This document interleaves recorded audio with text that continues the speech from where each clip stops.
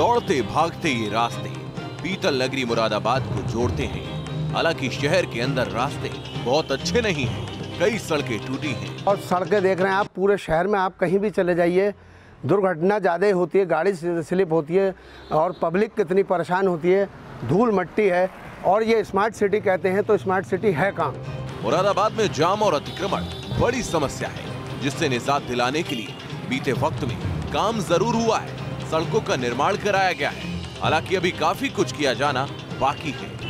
पहले के मुकाबले तो बहुत जमीन आसमान का अंतर है। जो सरकार जो कुछ नहीं किया करती थी, सिर्फ पेपरों में काम किया करती थी, आज भारतीय जनता पार्टी ने वो आकर के फील्ड में आकर के सब कुछ दिखा दिया। सबका साथ सबका विकास के रूप में कार्य करा, जहां जन जन तक सारी योजनाएं पहुंची हैं। शिक्षा की स्थिति कैसी है, प्राथमिक विद्यालय की इस तस्वीर से समझिए। स्वास्थ्य व्यवस्था के सुधार के लिए प्राथमिक स्वास्थ्य केंद्र का निर्माण कराया जा रहा है। मेडिकल कॉलेज, विश्वविद्यालय और इंजीनियरिंग कॉलेज की मांग अब तक पूरी नहीं हुई। काम जो सबसे मेन काम उनका है मेरी नज़र में वो ये है कि जो यूनिवर्सिटी की मांग वो उठा रहे हैं, उसके लिए जो कोशिश कर रहे हैं, मेरी नज़र में बहुत बेहतरीन काम है। वो अगर हो जाता है तो मुरादाबाद के लोगों के लिए बहुत ही बड़ा एक सुनहरा अवसर होगा। जो बच्चे बाहर जाते हैं पढ़ने के लिए, उनके लिए बहुत अच्छा काम होगा। मुरादाबाद शहर स्मार्ट सिटी योजना में शामिल है। हालांकि तस्वीरों को देखकर लगता नहीं स्मार्ट सिटी की दिशा में कुछ काम हुआ है। यहाँ से बीजेपी के रितेश गुप्ता विधायक हैं, जिन्हें 2017 विधानसभा चुनाव में 1,23,467 वोट मिले थे। उनके निकटतम प्रतिद्वंदी मोहम्मद यूसुफ अंसारी को 1,20,274 वोट मिले थे। मुरादाबाद नगर विधानसभा सीट पर लंबे वक्त के बाद 2017 में बीजेपी को सफलता मिली। दरअसल 2012 और 2007 विधानसभा चुनाव में समाजवादी पार्टी को कामयाबी मिली थी और इससे पहले 2002, 1996 और 1993 में बीजेपी ने जीत दर्ज की थी।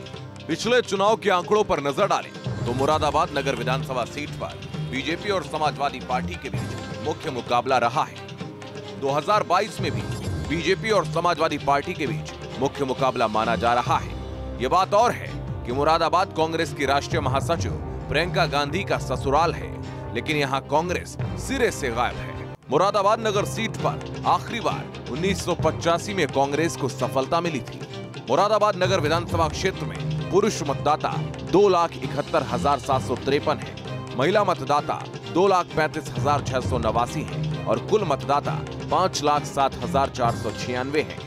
मुरादाबाद नगर विधानसभा क्षेत्र में जातीय समीकरण चुनावी राजनीति में अहम भूमिका निभाते रहे हैं। विधानसभा क्षेत्र में हिंदू वोटर्स की संख्या 55%, जबकि मुस्लिम वोटर्स की संख्या 45% है। माना जा रहा है कि 2022 के चुनाव में भी जातिगत समीकरण विकास के मुद्दों पर भारी पड़ेंगे। हालांकि जनता जातिगत समीकरणों को तवज्जो देती है या विकास को थोड़ा इंतजार करना होगा। मुरादाबाद से मोहम्मद इमरान के साथ टीम न्यूज़ स्टेट।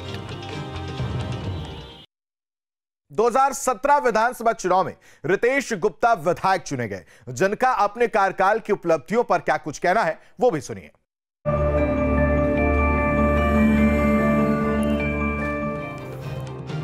इस कार्यकाल की सबसे बड़ी उपलब्धि, आज तक 4.5 साल में लगभग 1000 सड़कों का निर्माण मेरे द्वारा करवाया गया है। विभिन्न विभागों के द्वारा डूडा से, सूडा से, नगर निगम से, विधायक निधि से उन सड़कों का निर्माण कराया गया है। लाइन पास क्षेत्र में एक सरकारी अस्पताल जिसका काम चल रहा है शीघ्र खुल जाएगा।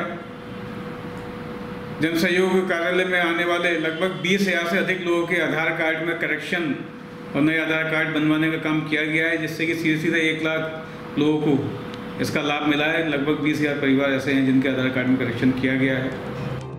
लोग दोबारा आपको वोट क्यों दें? जनता हमारे काम को देख के वोट देगी। आज अमन चैन शांति है। मुरादाबाद दंगों के शहर के नाम से जाना जाता था। 4.5 साल में एक भी दंगा मुरादाबाद में नहीं हुआ। कोई कानून व्यवस्था बहुत बढ़िया है। हर व्यक्ति, मेरी विधानसभा में रहने वाला हर व्यक्ति चैन की नींद सोता है। माताएं बहनें घर के बाहर जाती हैं तो निश्चिंत होकर जाती हैं। प्रश्न 2017 में क्या था, 2017 से पहले क्या था। कानून व्यवस्था ध्वस्त थी, माताएं बहनें बाहर नहीं निकल सकती थी। आज सब तरफ शांति है, बहुत अच्छा माहौल है। इस बार जीते तो क्या करेंगे? नहीं, मेरी प्राथमिकता है कि जो अधूरे काम रह गए हैं, विकास के जो भी काम रह गए हैं, उनको पूरा कराना मेरी प्राथमिकता है। और मेरी प्राथमिकता मुरादाबाद को जाम से मुक्त कराने की भी है। उसके लिए भी एक प्रस्ताव मेरे द्वारा लोको शेड पुल से और संबल फाटक तक का दिया गया है, उसका फ्लाईओवर का। तो मेरी प्राथमिकता में है ये सब काम। मुरादाबाद को सरकारी यूनिवर्सिटी मिले, मुरादाबाद को मेडिकल कॉलेज मिले, जिससे कि गरीबों का इलाज मुफ्त में और सस्ता हो सके। तो ये इसके लिए मैं प्रयास हूँ। मुरादाबाद सीट पर समाजवादी पार्टी और बीजेपी के बीच मुख्य मुकाबला माना जा रहा है। अब देखिए कि विधायक रितेश गुप्ता की उपलब्धियों पर विपक्षी दल समाजवादी पार्टी का क्या कुछ कहना है।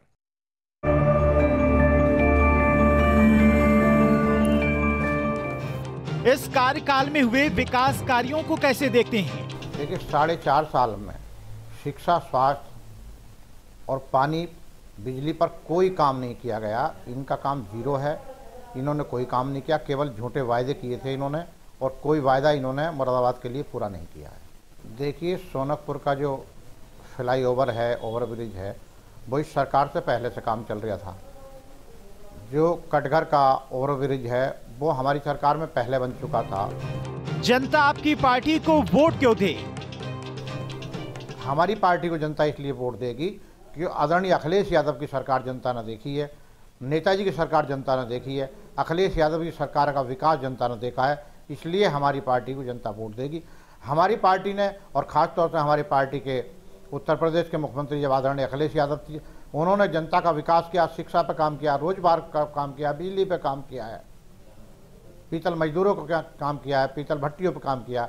आज तो ये मुरादाबाद के में जो है, मुरादाबाद के लोग जो बीजेपी के लोग हैं, वो उन्होंने सब रोजगार ख़त्म कर दिया है, और पीतल भट्टी वाले आज बहुत परेशान हैं, उनकी नहीं सुनी जा रही है। इसलिए सब लोग अब हमें वोट दें। आपकी पार्टी जीती तो क्या प्राथमिकता होगी?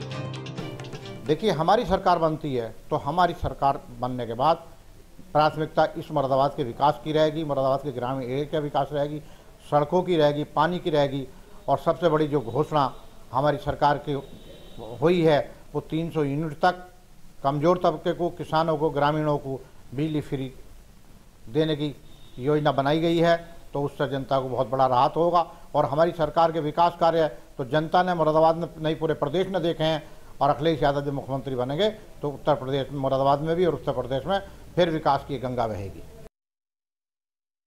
लेकिन सबसे बड़ा सवाल है कि आखिर क्षेत्र की जनता क्या मानती है, क्योंकि यह पब्लिक है जो सब कुछ जानती है।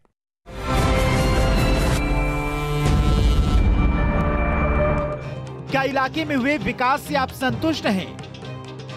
अच्छा कार्यकाल रहा उनका 4.5 साल का। बिना भेदभाव के उन्होंने सारे काम करे। और जो मेन काम, जो सबसे मेन काम उनका है मेरी नज़र में, वो ये है कि जो यूनिवर्सिटी की मांग वो उठा रहे हैं। आज की कंडीशन अगर हम देखें, रोड कंडीशंस बहुत अच्छी रोड कंडीशंस हैं। ऐसा नहीं है कि पहले के पूर्व में जो लोग रहे उन्होंने काम नहीं किया, लेकिन कुछ एक लिमिटेशंस रहती हैं हर व्यक्ति की, कुछ अपने अपना काम करने का तरीका होता है। आज हमारे नगर की सड़क की व्यवस्था बहुत अच्छी है। विधायक जी खुद पैदल चल के देख ले तो उन्हें खुद महसूस हो जाएगा कि 4.5 साल के अंदर मैंने शहर के लिए कोई ऐसा काम नहीं किया कि जिसके एवज में मैं 2022 के अंदर जनता से वोट की अपील कर सकूं।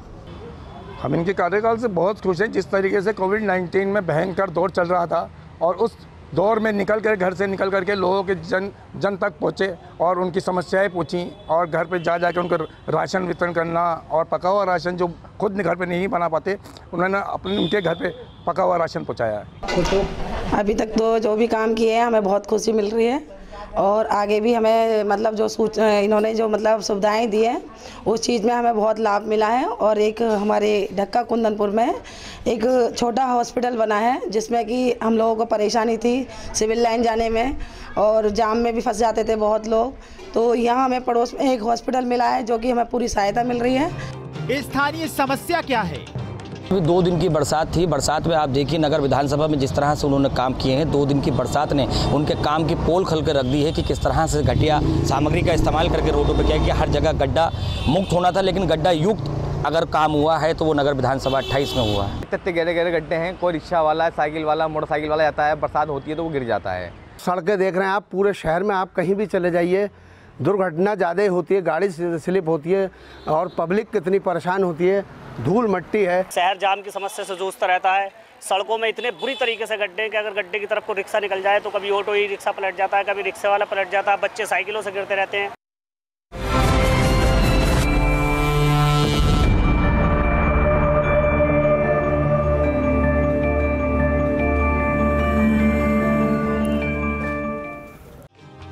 चौबीस घंटे चलती थी भ्रष्टाचार की साइकिल। 22 में बाइसिकल पर पीएम का वार, साइकिल ट्रैक पर भ्रष्टाचार का गड्ढा। सबसे बड़ा मुद्दा देखिए आज रात 8